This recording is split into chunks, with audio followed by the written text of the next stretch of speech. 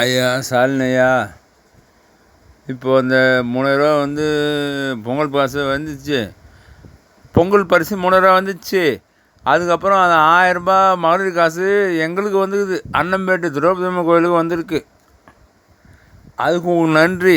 அந்த அந்த 1000 காசு எல்லாருக்கும் வரணும். தமிழ்நாட்டு ஃபுல்லாக எல்லாருக்கும் வரணும். அது மாதிரி தமிழ்நாட்டு ஃபுல்லாக எல்லாருக்கும் அந்த 3000 காசும் வரணும்.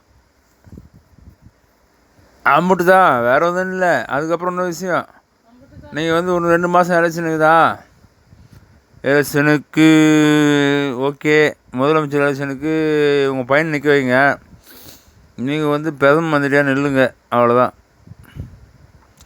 பிரதம மந்திரியாக நீங்கள் ஆவீங்க, அதில் எந்த மாற்றம் கிடையாது. நம்மளுக்கு யாரும் எதிர்ப்பே கிடையாது. நான் சொல்கிறேன், நீங்கள் பிரதம மந்திரி ஆகிறீங்க, பையன் முதலமைச்சர் ஆகிறார்.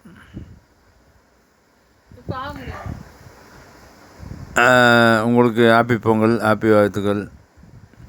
அதுக்கப்புறம் 1000 வந்துச்சு, அந்த 3000 வந்துச்சு, இந்த 1000 வந்துச்சு. அதனால் உங்களுக்கு ரொம்ப நன்றி. ஆனால் குஸ்ட்டு நான் உங்களை வந்து ரொம்ப தப்பாக எதனா பேசியிருந்தா மன்னிச்சுக்குங்க. கரெக்டாக பேசியிருந்தா எனக்கு உதவி செய்யுங்க. ஏன் எனக்கு உதவி? ஐயோ உதவியே செய்வேன். நான் என் குடும்பத்தை பார்த்துப்பேன். நான் ஓய்ச்சி சம்பாதிக்கிறதுக்கு நான் வேலை கற்றுன்னு இருக்கேன். தேவையில்லாமல் இந்த குடிப்பழத்தை கற்றுக்கணுன்னா அதுதான் வந்து இப்படிலாம் பேச வந்தாகுது.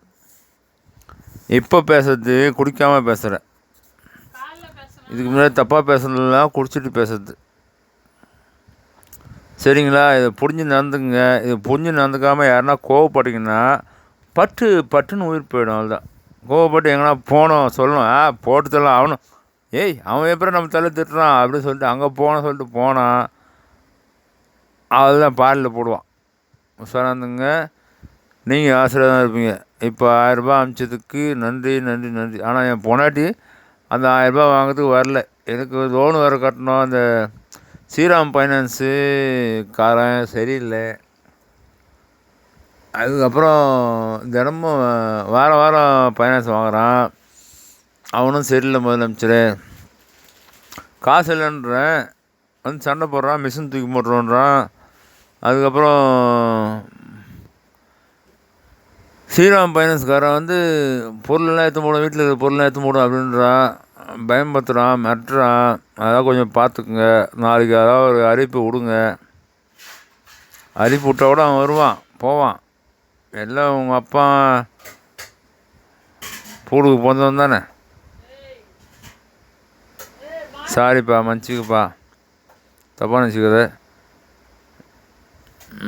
எப்படி சொல்ல தெரியல. அதான் சொல்கிறேன், இப்போ குடிச்சிட்டு இருக்கேன், வார்த்தை தப்பாக வருதுப்பா. அதனால் அது தப்பாக வர வார்த்தையை மன்னிச்சிக்க. கரெக்டாக வர வார்த்தைக்கு எதனா உதவி செய்யப்பா. அந்த எதில் விட்டோம்? அதில் விட்டோமா? முதல்ல விட்டோம். இல்லை பாக்கி, நான் ஃபோனில் பேசுகிறேன் பாக்கி, கம்ப்யூட்டர் பாக்கி. இது ஐயோ எனக்கு தெரில.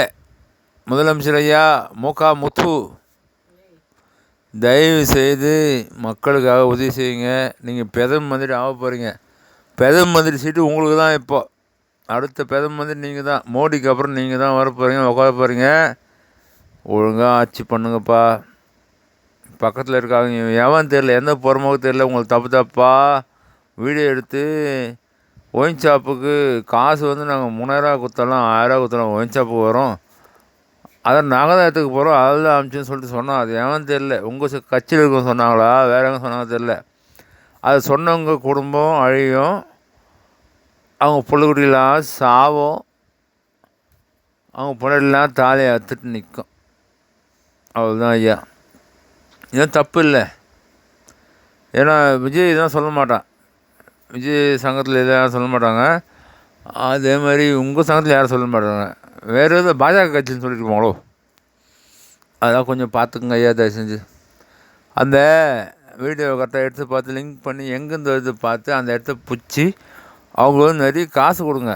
நீ சாரு நல்லா இருக்கலாம், அவங்க சொந்த காலத்தில் காசு தரேன், நல்லா பார்த்துக்குங்க அவங்களுக்கு வந்து எதுவும் காசுலாம் கொடுக்காதீங்க.